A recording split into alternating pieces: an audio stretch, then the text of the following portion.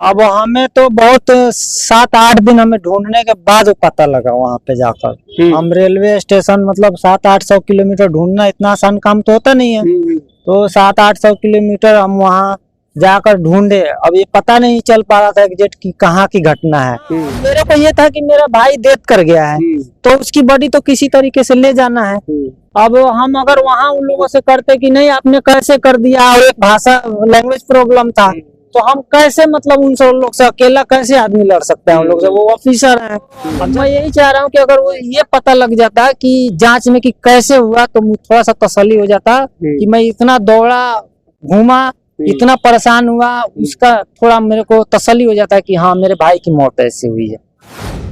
अभी इस वक्त मौजूद है तुर्कोलिया में और आपको एक घटना पता होगा, अभी सोशल मीडिया पे काफी वायरल चल रहा है। तुर्कोलिया के एक मोहन महतो व्यक्ति थे जो तमिलनाडु जा रहे थे। तमिलनाडु जाने के क्रम में उनकी मौत हो गई। तमाम ऐसी बातें हो रहे थे कि उनको ट्रेन में झगड़ा हो गया, पीटा गया, ऐसे तमाम सारी बातें हो रही थी। लेकिन अभी हमारे साथ डेथ रिपोर्ट है, यहाँ पे जो पोस्टमार्टम रिपोर्ट है आप देख सकते हैं यहाँ पे है।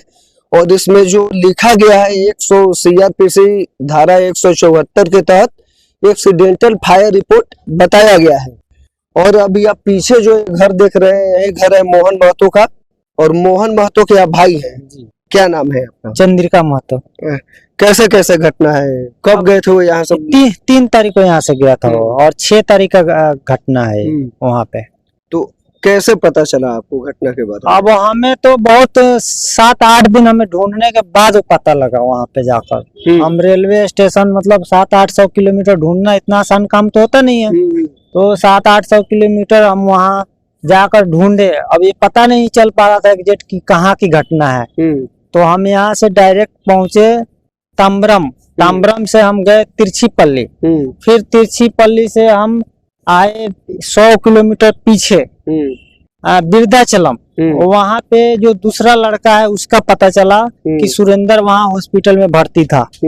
फिर हम वहाँ पता किए तो बताए कि नहीं, यहाँ हम पूछे कि क्या 2 आदमी थे या एक ही आदमी था, तो वो बोले कि नहीं एक ही आदमी था, दूसरा कोई नहीं था।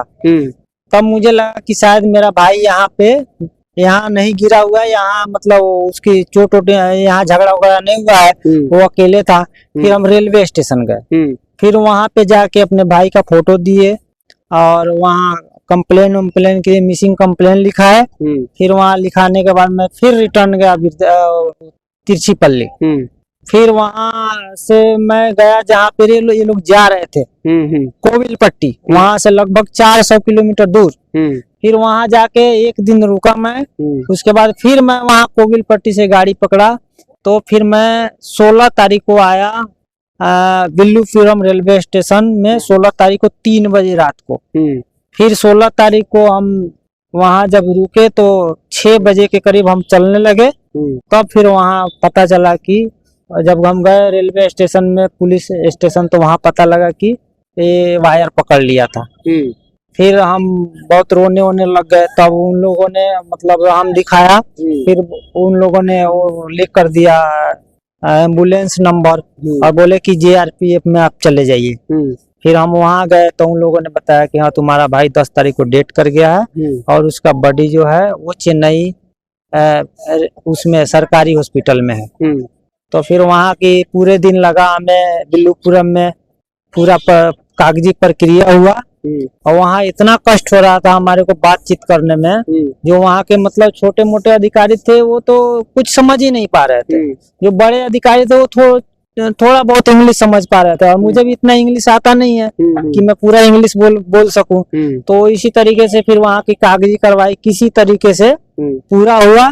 फिर हम लोग दूसरे दिन वहाँ गए चेन्नई। फिर चेन्नई में कागजी कार्रवाई हुआ, फिर पोस्टमार्टम हुआ। फिर उस दिन सारे दिन हम लोग एम्बुलेंस के साथ उसके बॉडी के साथ रहे। फिर रात में हम लोग वहाँ गए चेन्नई एयरपोर्ट। फिर वहाँ से चेन्नई से फिर अब एयरपोर्ट से उसका बॉडी को दिए और फिर वहाँ से हम लोग यहाँ आए। फिर पटना आके पटना से फिर हम लोग बॉडी लेकर यहाँ आए। तो बीच में 2 दिन पहले शव आया था आपके भाई का, उस समय खबर वायरल हो रहा था कि ट्रेन में झगड़ा उगड़ा हुआ जी, ट्रेन से उतार के पीटा गया। लेकिन अभी इसमें एक्सीडेंटल फायर जैसे आप भी बताया कि तार पकड़ लिया था। नहीं तो ये तो उन लोगों ने बताया ना, अब मेरे को ये था कि मेरा भाई डेथ कर गया है तो उसकी बॉडी तो किसी तरीके से ले जाना है।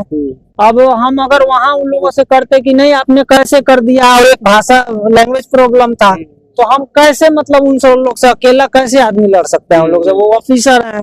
अब जब यही की ऑफिसर हम यहाँ बोले थे अपने पिताजी को 3-4 दिन बाद घटना के कि जाइए आप FIR कर दीजिए वहाँ पे, तो यहाँ पे FIR नहीं हुई तुरकोलिया थाना में। वो बोले कि नहीं वहाँ का रेलवे का घटना है तो आप वहीं जाके कीजिए। अब वहाँ जाना इतना तो संभव नहीं था, आसान नहीं था। फिर वहाँ गए तो हम किसी तरीके से अपने हिसाब से जितना हमें समझता उस हिसाब से हम अपना उसको ढूंढ ढांड के फिर पता लगा, तब हम उसको लेकर किसी तरीके से, बस हम ही समझ रहे हैं कि हम किस तरीके से लाए। वो मुझे लगता है कि यहाँ के कोई भी होता ना मेरे इस गांव का तो कोई भी नहीं लेके आ पाता, इतना मतलब वहाँ का लैंग्वेज खराब है। अच्छा ये बताइए, आर्थिक सहायता मिल रहा है कि नहीं यहाँ के सरकारी ऑफिसर द्वारा या स्थानीय जो नेता है, चाहे आपके नेता होता तो कोई आया ही नहीं, नेता तो कोई नहीं आया। जन सुराज के तरफ से मुजफ्फर पटना से एम्बुलेंस का व्यवस्था किया गया था और वही लोग आए थे, तो कुछ कल एक मशीन के लिए पैसा वैसा दिए और 2 लाख रुपए श्रम विभाग की तरफ से मतलब उसको मिला है, बस यही है। अच्छा 2 लाख और कोई नेता नहीं आया, न कोई पूछने आया कि कुछ जांच होगा कि नहीं होगा। मैं तो यही चाह रहा था, वो इतना दर्दनाक है ना कि आप मतलब किसी को भी दिखा दीजिए वो उसको लगेगा ही कि मतलब इतना दर्दनाक मौत है कि मैं अभी तक वीडियो पूरा देख नहीं पाया उसका। तो अब मैं यही चाह रहा हूँ कि अगर वो ये पता लग जाता कि जांच में कि कैसे हुआ तो थोड़ा सा तसल्ली हो जाता कि मैं इतना दौड़ा घूमा इतना परेशान हुआ, उसका थोड़ा मेरे को तसल्ली हो जाता है कि हाँ मेरे भाई की मौत ऐसी हुई है। क्या नाम है आपका? मेरा नाम चंद्रिका महतो है। चलिए, तो आप मोहन महतो के भाई चंद्रिका महतो को सुन रहे थे, पूरी घटना की जानकारी विस्तार से बता रहे थे, लेकिन अभी तक ये पुष्टि नहीं हो पाया है कि मौत जो हुई है, मौत के पीछे क्या वजह है। एक वीडियो भी वायरल हो रहा है जिसमें मोहन महतो ये कहते दिख रहे हैं कि कोई हॉस्पिटल में भर्ती कर दे, कोई इलाज करा दे, नहीं तो मर जाएंगे।